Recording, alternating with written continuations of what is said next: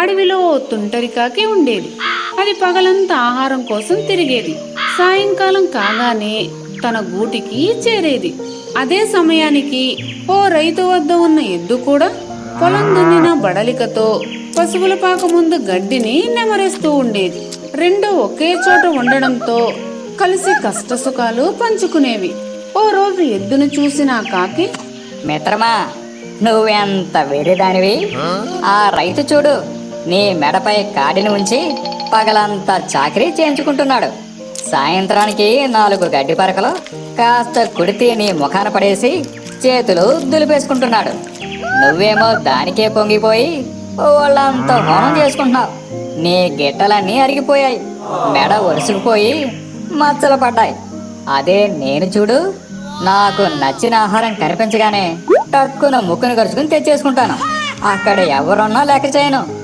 దొంగతనం ఒక ఆర్ట్, అందులో ఎంత మజా ఉంటుందో తెలుసా?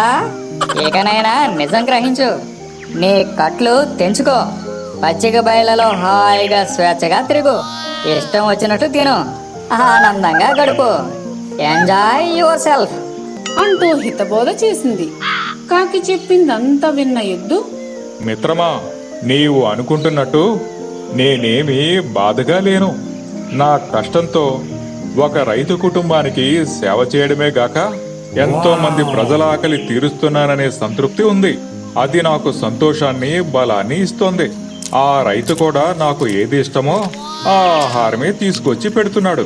కాబట్టి నీ సలహాను పాటించలేకపోతున్నందుకు నన్ను క్షమించు అని తాపీగా చెప్పింది.